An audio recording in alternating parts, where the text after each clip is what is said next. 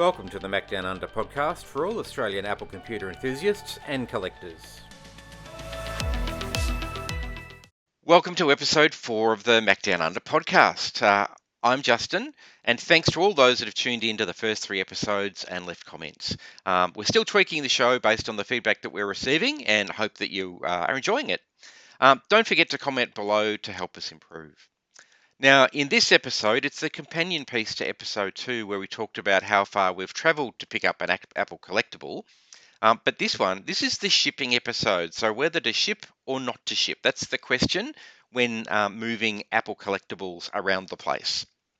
So in this episode, we're going to talk about our shipping disasters, our shipping delights, and we'll also cover recent sales, coming events, and other news. So time to introduce my co-host, Matthew. Welcome back. How are you, and how are things down in the museum? G'day, Justin. G'day, everyone. Thanks for having me back. It's certainly a bit of a chilly morning here as we record in Melbourne. I've got the heater going and a little bit of rain twinkling on the roof, so you might hear some of that in the background. But overall, doing well here. Thanks, Justin. Thanks again for having me back. No worries at all. So this is the shipping episode. Do you get much shipped? I do, yeah. Look, I'll try to avoid it if possible. I think it's always great to be able to go and pick something up locally and avoid the cost and risk of shipping. But I will absolutely get things sent as required if they're not available locally. Like you alluded to, got some good stories and some not so good stories. I'm waiting on a couple of keyboards to come across from Tasmania at the moment, which have been marked as delivered, but not actually been delivered. So that will be interesting to see if they actually end up arriving. I think you have to be open to buying from other locations and having things shipped. So what about you, Justin? Would you agree?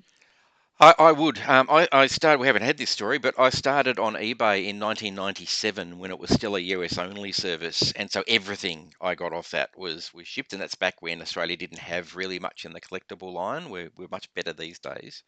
But I certainly shipped lots of stuff. In fact, I've just got a Black Magic trackpad to set up with my workstation. Not exactly collectible yet, but certainly functional to help make the podcast and other things.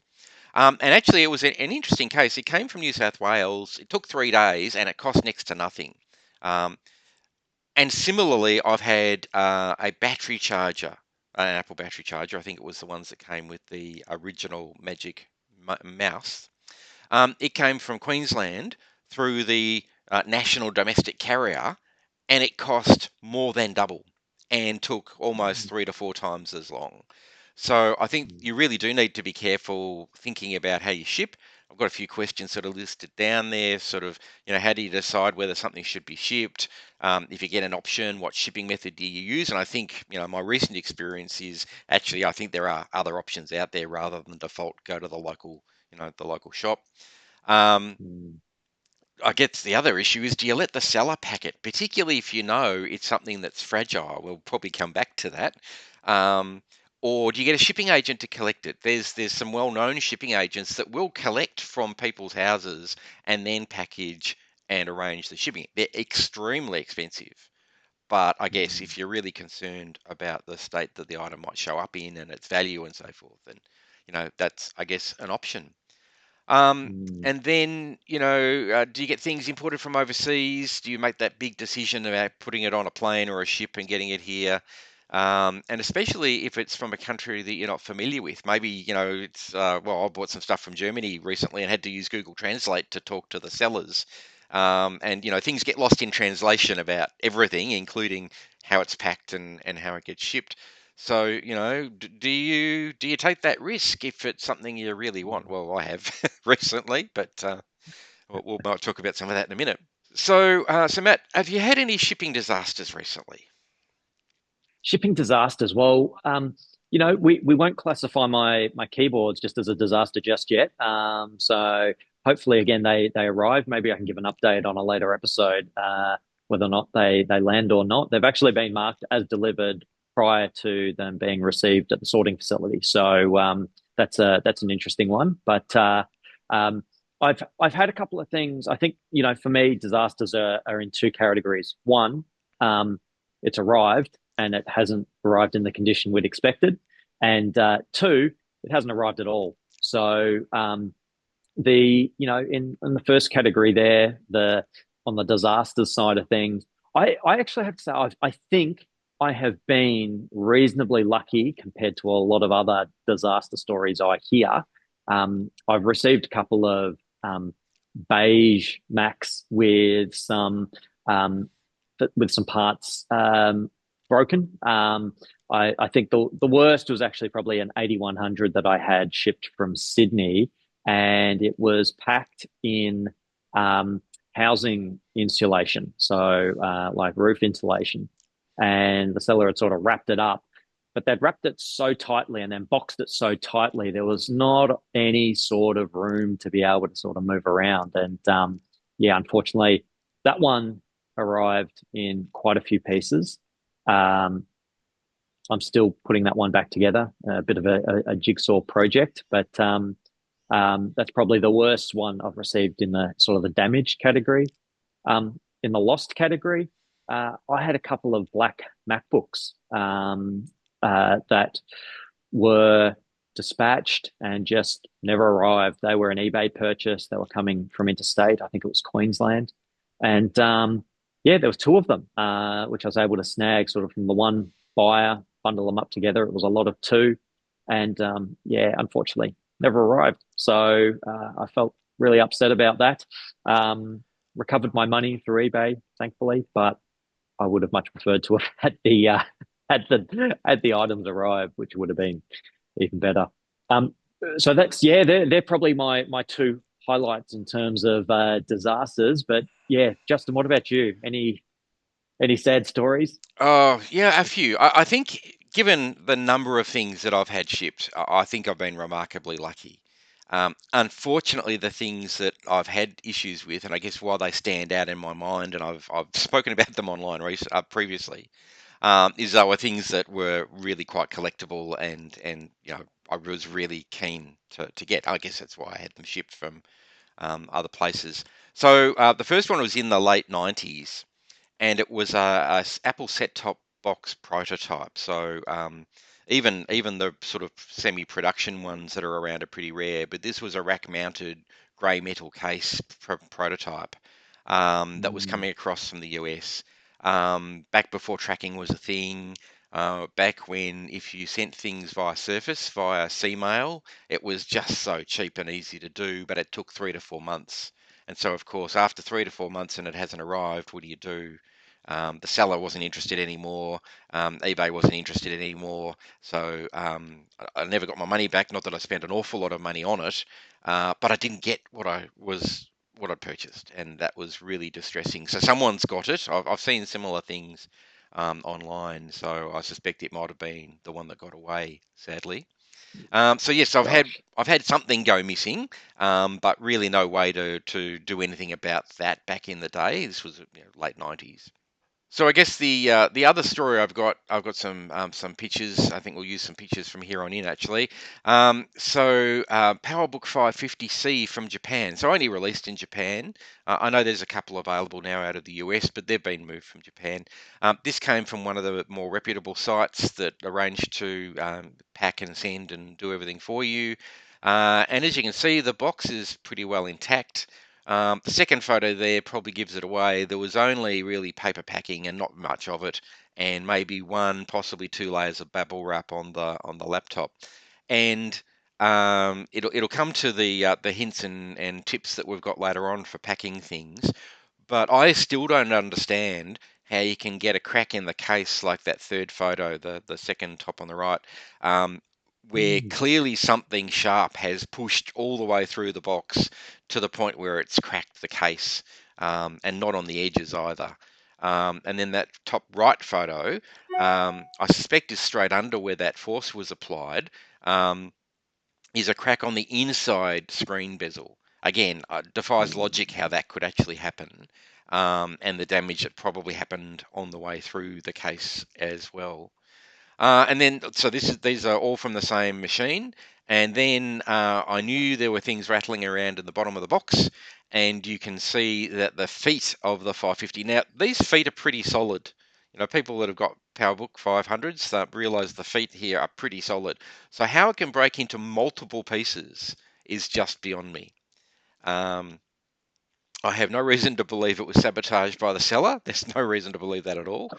But boy, it does start to raise some questions about how this could happen in shipping. So I guess that's probably my biggest disaster, apart from losing something altogether. And I guess I should feel lucky that I've shipped so many other things without too many problems. I do have some near misses though, which is probably talks to how to pack and how not to pack things. And so these are three relatively new recent near misses.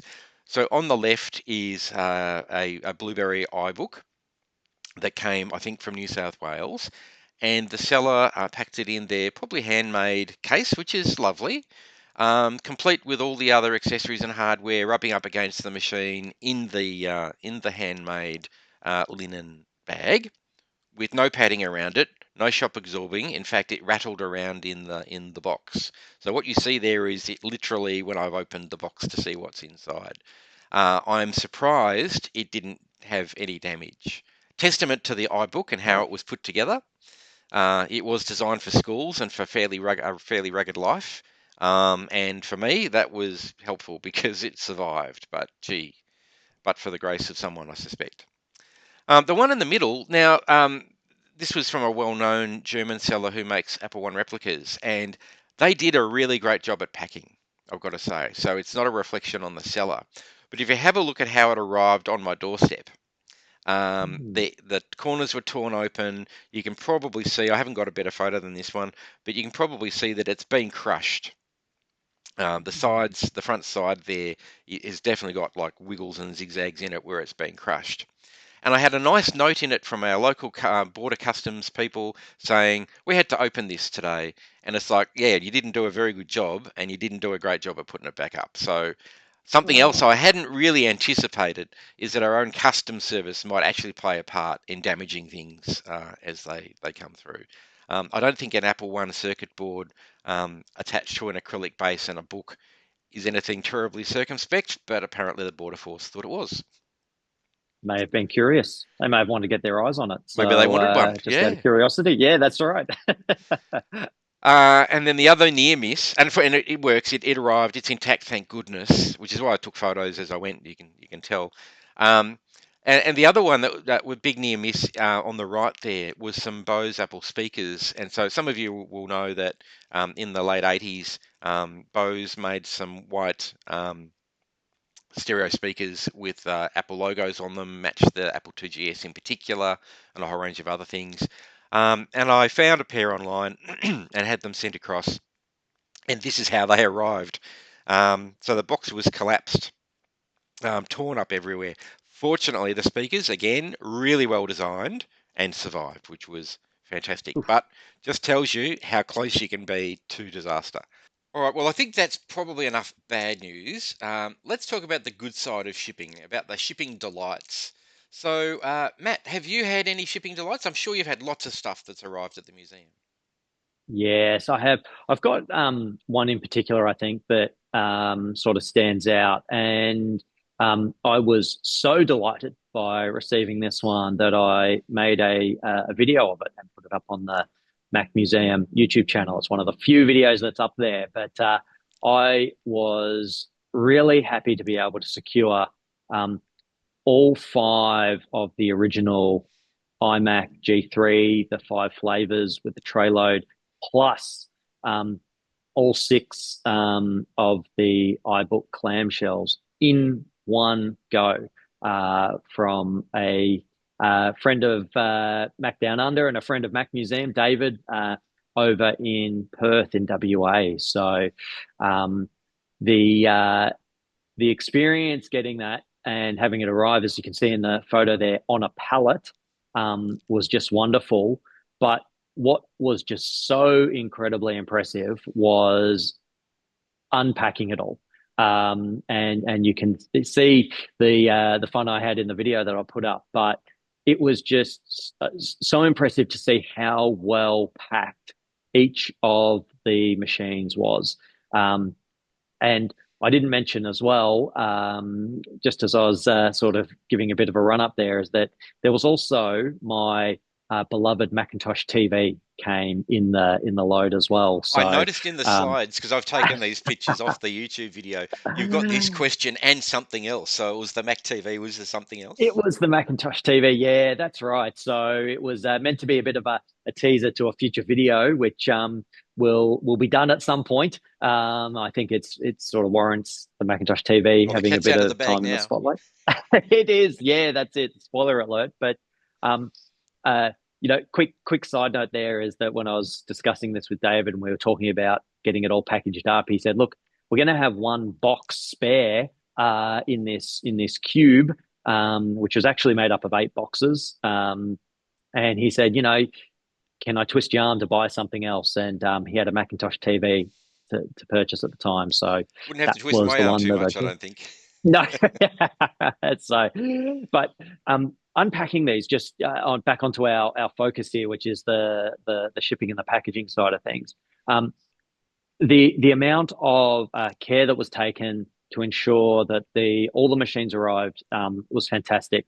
The each of the G3 iMacs was packaged in its own box, um, which was very well suited to the size of the G3 and was covered in some bubble wrap and to sort of protect it, and then also had a large amount of foam, foam and rubber offcuts that were stuffed in there to make sure each machine still had a bit of movement that to absorb some of the movement in logistics, but was tight enough so that it wasn't going to be rattling around in there. So this was absolutely textbook stuff in terms of um, the if you're going to send an iMac G3, that's how you do it. So um, one of the 8 boxes had each of the iBook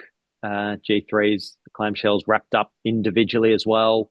Plenty of bubble wrap, plenty of those foam and rubber offcuts which were in there too, and the Macintosh TV again similar. The I think the thing that stood out was that we had a whole palette to work with here, which was great. Or I should David had a whole palette to work with there, and um, he didn't he didn't he used the space to what we had to and took care not cramming too much into one box so that there was risk of things rubbing up and damaging, or so tightly packed that things could just crush as things were packaged in there. So it was, again, a really great experience just to see it and appreciate all the work that was put into it. And yeah, that will probably stand out. It's by far the biggest delivery that I've ever had. You can see it on the pallet jack there. Had to get it dropped off and brought over. Thanks to my father-in-law who helped out in his van and with his warehouse. But yeah, just exceptional experience. Delightful to receive the stuff, but great to see the condition and the care and attention that was taken. It's an amazing feat because, of course, the iMacs aren't light. So it's a fairly big undertaking to move that many together. And what we know, or what I know anyway, and I think most people would that have seen them would agree, the Mac TVs are terribly fragile. They're that Mm. era anyway of the LC 520, etc. But the Mac TVs were the early versions, and I don't think they'd perfected their plastics at all at that point. Not that perhaps they ever perfected them in that era, but they are extremely fragile. So the fact that it arrived intact is testament, apart from the IMAX and everything else. But that's sort of the canary in the cage, isn't it? That if that survives, everything else will. Yeah, yes, that's a very good way. That's a very good way of putting it, I think, Justin. Yeah, that's it.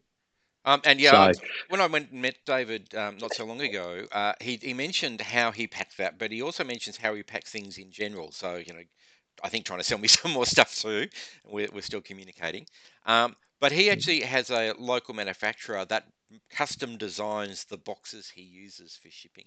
And that's just something he does to ensure that his machines, because it's a beloved collection of his, make it to the new owner intact and the way he would want it to be. So, he's a great operator and, a Yes. great friend to both of us.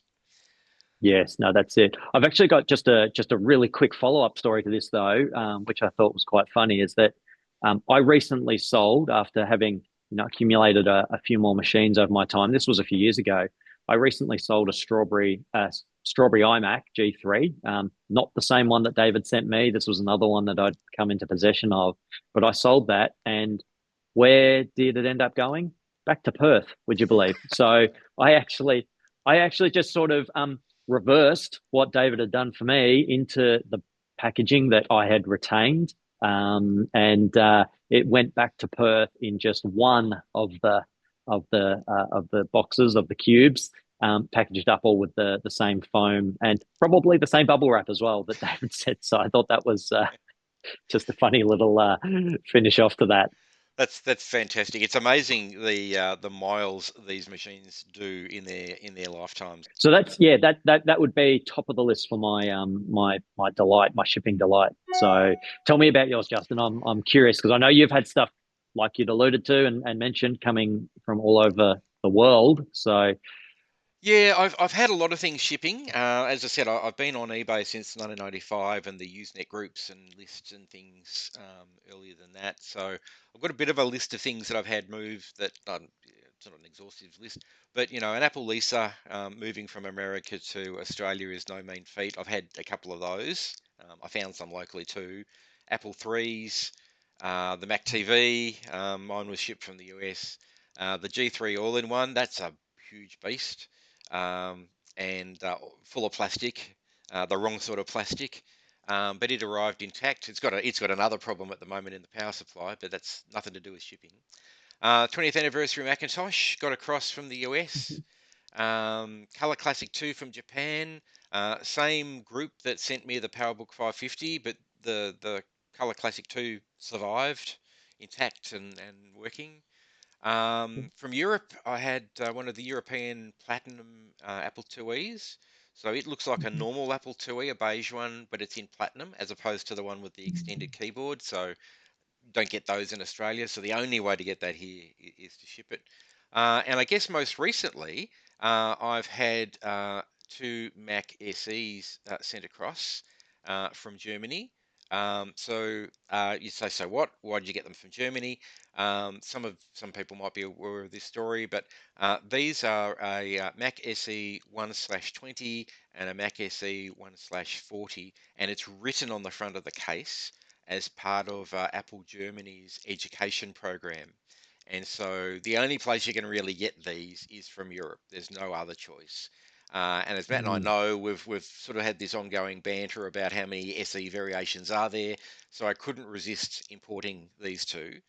But it did, as I said at the beginning of the program, it did mean that I had to use Google Translate to talk to the sellers and find out what condition they're in, because I was really interested in the plastics, not so much the electronics, because inside they're actually pretty much the same. And then arrange for them to move. And I've got a shipping agent that I use. They've got a whole range of outlets. So FedEx happens to have been the carrier that they used. You can see in the photos. Um, but this shipping agent, they've got agencies in most of the continents now, and they offer you a repack arrangement. And in the repack, they'll optimize for cost. In other words, next to no padding, you take your chances, Oh. or or they'll repack for safety. And obviously, you pay more because it's bigger and heavier. But I opted for the latter. And you can see here the outer box, very sturdy, well secured. Inside, don't know that I'm a great fan of that paper ripple stuff that you can see in the second photo there. I think it probably looks good when it's first bouncy, but when you put 15 kilograms of computers bashing against it, they flatten out. So I don't know that I'd use that paper. But you can see in the third photo, each of the Macs were in their own internal box with their own padding as well as some limited padding between the boxes and the outer case. And they've survived. They're in good nick. In fact, I brought them down to the museum previously to have a look at. So that was probably my most recent delight. That it was a big risk actually bringing these two out because they are, extremely rare. They weren't cheap, as you can imagine, and shipping from Germany certainly wasn't cheap. I am so pleased with the outcome, and wrapped to have those two with me. So, as a result of all these disasters and the good stories that you've had and I've had, I took a look online to see what ideas people had around packing, and so some of those photos that I've showed earlier, I've actually put online over the last few years as things have happened, and people have commented back about their ideas. So I've grabbed all of those. So thank you to the contributors on the various Facebook posts. And there's also a US vintage computer website that had some dot points. So I've sort of banged them all together to get the sort of as complete list as I could of what you need to do and think about. So it's a fairly long list, and we won't spend a lot of time because I think we've already seen most of these in action one way or the other. But Mm.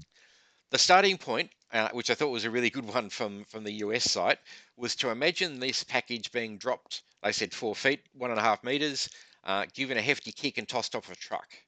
Because, in fact, I've got evidence on my home security cameras of one of my computers. I wasn't home for the delivery, and you can see the courier throwing the box back into the truck. I've actually got it on Oh. video, so it happens. Don't think it doesn't. As much as people say, oh, this agent's better than that agent, I'm not convinced. So you really need to consider packing these things for those eventualities. And I'm sure you've got similar stories. So the item needs to be double boxed. David certainly, boxed everything and then put them in a very sturdy outside crate. My example is the same. The inside box should have plenty of filler. And the general story is the original box and the original packing material is ideal because it was designed for this purpose.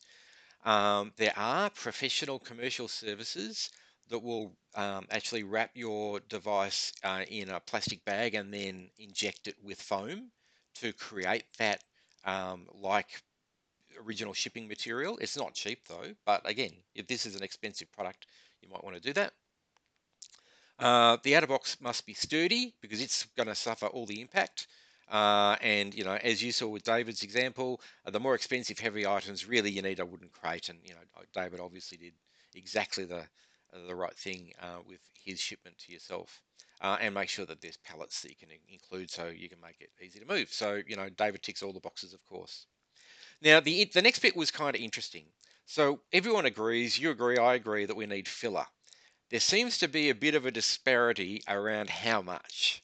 So I've seen people that say you need about an inch, which is 20 to 25 mils. I've seen people say you need 3 inches, which is about 75 mils. So somewhere between 1 and 3 inches is the amount of foam you need. I guess it depends on your appetite for risk, how much you're going to spend, and I guess at the end of the day, your personal preference. I'd probably err towards the 3 inches, particularly for the rare things that you might be moving around. Obviously, that high density spongy foam, as you say, you want things to be able to move. You don't want them so tightly bound that any shock just gets transferred straight through the package and breaks the Mm. machine. So it does need to be that foam material. And the recommendation is to fill any voided spaces. So any gaps should be filled up as well so that there's no opportunity for wriggle.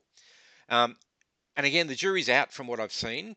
Some people like packing peanuts, and others don't like them because they compress too much underweight and basically are useless. A bit like the cardboard packing that I showed earlier. So I've taken them off because I'm not sure that like there's a definitive answer about packing peanuts, and I'd rather be err on the side of caution. So I think foam's probably the way to go. There's even a suggestion for larger, heavy items to use airbags. So I'm presuming Mm. what they're talking about here is the inflatable sort of transparent packaging that you can get. I don't think they actually mean industrial airbags. Maybe they do, um, but certainly it's that cushioning effect. I think that's key. They talk about separating heavy items. Obviously, heavy and light items don't mix terribly well because the light one's going to come off second best. And to that end, they talk about taking out internal cards because they can get damaged by wobbling around and any jolts that they might suffer, and to wrap them separately and again separate them from the heavy item. Hard drives and floppy drives need to be parked or protected in some way. Never really considered that, but I guess all those old widget drives and profile drives need to be parked. I'm not sure about this one, but I picked it up from one of our Australian colleagues. To when you're packaging, to have the cathode ray tube facing down. I can see the value in not breaking the neck off at the top or the back of the tube, but I'm just thinking about laying a Lisa on its face for transit. It's not designed to hold all of that weight, so I don't think it applies universally. But certainly, Mm. if you're got a screen that's got really good solid build around the front of the screen, facing the CRT down will certainly protect the yoke at the back of the screen. Mm. I thought this was a good one, and I think it talks to my PowerBook 550 feet breaking off, protecting any external switches or latches. And the I think it was the US site that I saw. They even suggested carting up an egg carton and using the bubbles from the egg cartons to go over things that are sticking out, and having Mhm. them attached to provide some protection for those things that are sticking out from your computer or screen or whatever it might be, which I think is a great idea. Obviously, seal the boxes securely, and the example I gave before, absolutely, they'd packed it so tightly for those two SEs. That was really well secured. And here's the big test, and I wonder whether David did this to the crate. Their suggestion is, if you're fair dinkum and if you packed it to the standards that we've spoken about, you should actually be able to jump on this box and it not break. Oof, gosh. They're probably right, to be honest, because Yeah. if it's going to get dropped potentially, 1.5 meters, given a kick, thrown off a truck, thrown back into the truck in my case, um, you probably should test it under controlled conditions rather than the uncontrolled world that it's going to be Mm. exposed to. Yeah. Anyway, it's food for thought. Yep. And then obviously labeling. Now, there's probably good and bad to labeling, but if you don't label, then people can say, well, we didn't know. So use Mm. fragile stickers, heavy stickers, and which way up, this way up stickers all over them. I noticed David had that on the crate. Um, when I was looking at the video, because if you're packed it in a certain way with the CRT facing down, all that sort of thing, the direction obviously matters. And so the more Mm. guidance you can give, hopefully people will all do their part and get your item to you intact and undamaged. So, what do you think about that list, Matt? Is that what you'd do or expect? Well, I think it's quite extensive, which is great, and there are so many great tips there. And I think there's different methods and different products, packaging products, uh, which are more or less suitable depending on what's being shipped. That's the thing. So, um, I know some people when they are purchasing something will provide their seller with instructions on how to pack it politely, of course, and remaining all the courtesies of appreciating that someone's time to go and do that. But in the interest of trying to get something, maybe even negotiate that part of it before you make the transaction. Hey, can you make sure you're going to package this up properly? But yeah, it's I think your point that you said there, you just hope that everyone along the way plays their part to get it there, which is important. So Yeah, that's right. We rely on each other, don't we, in life, mm, and Apple collecting is no different. So, to our viewers and listeners out there, have you had any shipping disasters or delights? We'd love to hear about the delights because they're good news stories, of course, and we all like to hear a good news story. Why don't you tell us about them in the comments? And do you have any tips on packing that we haven't covered off, or you really want to emphasize something? Then let us know, and we'll add it into the commentary. I mean, obviously it'll be in the comments anyway, but we'll add it into our list. Please share them. Let us know. And of course, if you've got any other topics that you'd like Matt and I to talk about, like shipping today, then let us know and we'll do that for future episodes. Right, we're on to recent news and the Collector Studio we mentioned last week. I just wanted to say a big shout out to Roland. He did a quick update. I don't know that we had anything to do with it, but he did a quick update and he's changed the colour scheme so that if you're using night or day mode, you can read it, and certainly it's made a huge difference to me. So thank you to Roland for that update. And I think the other thing I just wanted to call out again, we talked about I think some of the festivals in the States, but the Vintage Computer Festival Southwest occurred a couple of weeks ago, and there are a heap of fantastic presentations on their YouTube site. In particular, I really liked Alex and William's presentation about their journeys in recompiling the Lisa operating system. Wow. Fantastic talk. Goes for quite a while. It's a very detailed technical talk. But you can see clearly how difficult it's going to be, or has been for them. They're still working on it. And I think the goal is to eventually get an IP stack of some kind in there, so the Lisa OS can communicate with the world rather than just in text at the moment. There was a FujiNet State of the Union address by Thomas, which talks about the new hardware that they're using for the FujiNet site. Also a whole lot of Amiga stuff for those that are interested in Amiga. Yeah, a whole range of fantastic videos in their channel. Go and have a look. And obviously goes back on previous years as well. But a whole lot of stuff coming out of this year's event. So on to coming events. So we'll lead with the furthest away and come back to something that's happening soon.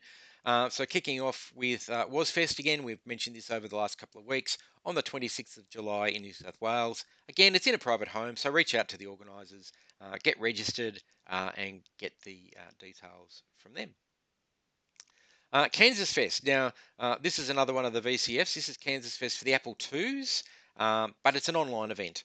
Again, the ticker down to 16 days at the time of recording. So make sure you register if you're an Apple II enthusiast and get involved in that. The Canberra Vintage Computer Enthusiasts coming up on the 19th of July. We've spoken about this a few times. We've even talked about putting it in diaries. And I guess my news is that I've just registered to go and to be an exhibitor. So I'm hoping to take up basically the first ofs in the machine. So I won't give too much away because it may not work because it's a fair bit of stuff I've got to put in the car and drive up to Canberra. But the VCF in Canberra is on 19th of July from 10 until 3. Please be there, come and visit me, say hello, and you never know, Matt might even come along if I can convince him. I've got a couple of weeks to go. Yes, You never know. I might be there. That's great, Justin. Well done for getting along and putting your hand up to exhibit. I think that's fantastic. So I've been wanting to do it for a long time, and so I think the stars have aligned, and so this is the year, which is good. Beautiful. The Adelaide Retro Computing Group have their festival coming up again on the 11th of July, so that's coming up soon from 5:30 till 10:30 at the Unley Community Centre. Technology Markets. Now, I reached out to them because I couldn't quite work out from their website what was actually happening, but they've confirmed back via email that Sunday, the 6th of July, so that's actually this Sunday, they will be operating at Reservoir at the Darebin Community Sports Stadium. So there will be a technology market there. However, I haven't seen any chatter about there being a vintage computer display. So keep your ear to the ground. If it's going to happen, I'm sure it'll be on all the usual Facebook and other channels, but I haven't heard about that. Sunday, the 13th of July, which is on their website, they've confirmed that Keysborough 1 will not be going ahead. So thanks to the technology markets to getting back and confirming that with us. And coming up this Saturday, 5th of July, the Mac Museum is having its open day. Matt, what are we doing? Yes. So it's come around pretty quick. I'm excited. I have mentioned before, really happy that Justin, you'll be down and joining me when the doors are open, which will be great. We've also got a couple of other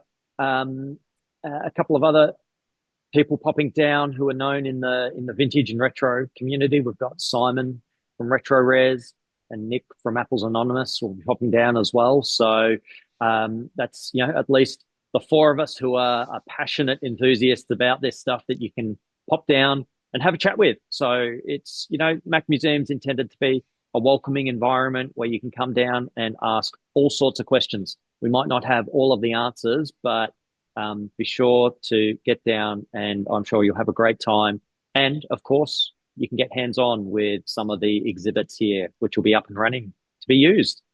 That's it. Try to break the high score on Tetris. And I think it was Yes. Galaga. What else have we got running down there? There's a few games going. We've got, Donkey Kong as well. So Snood, there are a couple of the ones. I think, look, it's also worth saying if you're coming down, just make sure you might bring a jacket and maybe some long pants. It's a warehouse sort of environment here, so it does get a little cool when it's the middle of winter here in Melbourne. So dress comfortably so you can be here. On the Saturday. Look forward to seeing everyone down there. It'll be a great day, I'm sure. Okay, up to our for sale section. So what's available in the Mac collectible area? Well, some of the things anyway. There's so much out there. But these are some things that caught our eye during the last couple of weeks. So first up, on Facebook Marketplace, we've got a rare Mac 180C, or it's actually a PowerBook, 180C in excellent condition and fully working for $950 in Melbourne. Nice looking machine.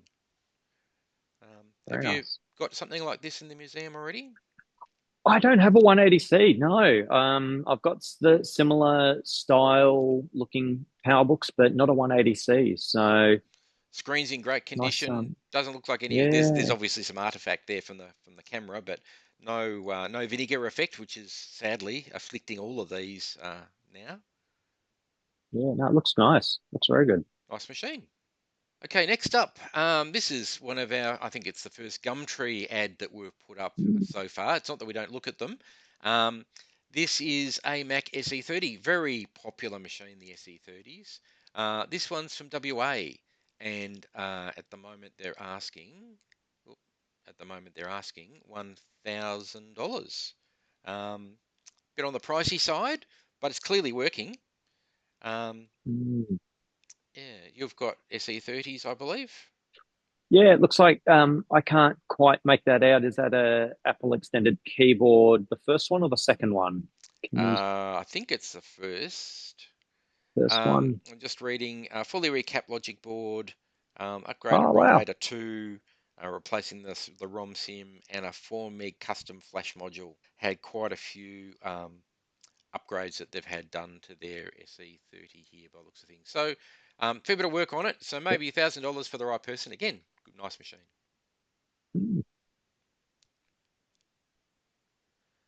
Next up, relatively recent posting in Marketplace is the vintage Apple Macintosh assorted collection in Melbourne, listed at $1,000.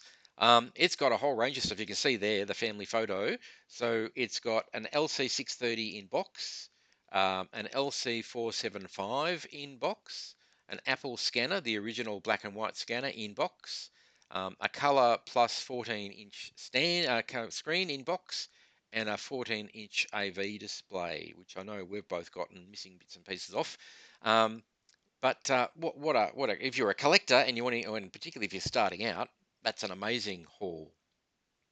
It is, yeah, and I think if it notes in the description as well, open to taking one or all of the items. So if you saw something in there that you're interested in, you might be able to negotiate to get that piece out of the listing.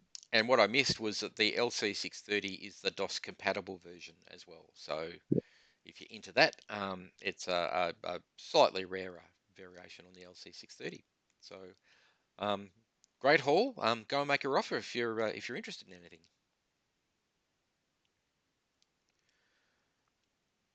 Next up, a recent listing for a vintage Apple iMac. The Indigo one. I think it is Indigo because of the keyboard and mouse that it's got with it. Yeah. I don't actually say, but that's okay. Obviously working, you can see in the photos there. Comes with the airport router as well. Now be aware, the airport router don't won't meet the current security requirements for Wi-Fi. So use it at your peril, but it's a nice collectible to have. I've got one, in fact, sitting behind me in my room at the moment because I'm collecting all the Apple networking gear at the moment.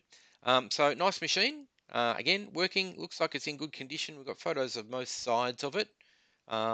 Original power cable, keyboard, and the Pro mouse. Even a serial number there to check it out. So, and the product key for some of the software.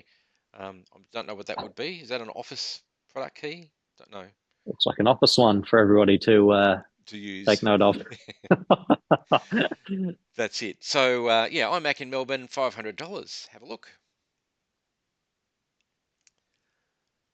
Okay, the next one we've got is a iMac G4, the 17-inch variety from 2002, boxed from Queensland, asking $1,200. Clearly working. Screen looks in nice nick. Keyboard's nice and clean. In fact, the whole unit's nice and clean. Comes with the Mighty mouse, and there it is in the box.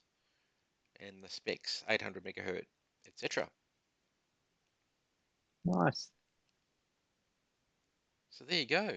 If you're interested in a 17-inch iMac G4, they're a lovely machine. Having just played with mine not long ago again, and what an iconic look too. Never really repeated. Yeah. And last up, I was looking for something quirky. We were originally going to talk about some other stickers that were a fundraiser, but they've sold out. So here we've got an original transparent Apple computer sticker in colour for $14 from Queensland. I thought was a nice knick-knack to throw in. Actually, there's quite a few Apple stickers available on. This is an eBay find. There's quite a few. This is one of the cheaper ones that I thought would be a nice one to plug. If you those of you that have been using Apple computers from the coloured logo days, of course, Apple have included stickers pretty much with all their products. My original Apple II Plus from 1980 had stickers in it, so it's not an unusual for them to do, unusual thing for them to do. I'm not sure you get quite as many stickers these days as you used to, but there you go. Have you got a sticker collection, Matt, in the museum?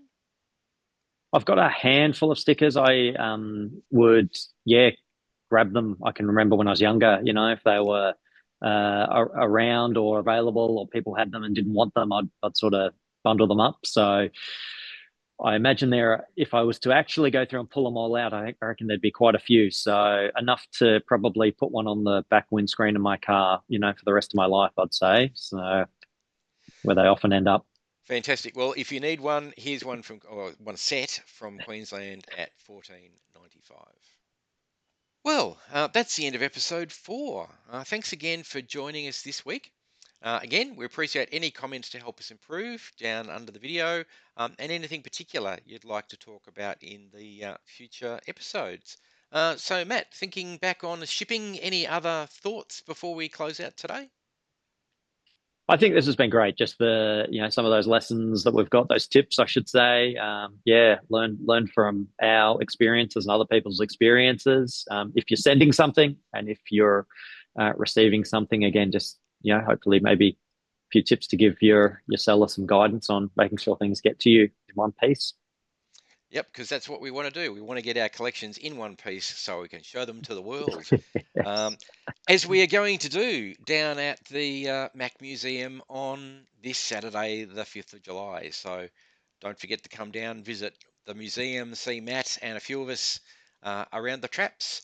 And again, the VCF in Canberra on the 19th of July, second opportunity, at least to see me. And who knows, I might be able to twist Matt's arm. Here's a campaign. Put in the comments if you want Matt to come. All right. Well, thanks everybody for joining us. Take care over the next week, and we'll be back again next week. Take care. Next week. See you later. Thank you for joining the Macdownunder Podcast. Don't forget to like and subscribe, and we'll see you again soon.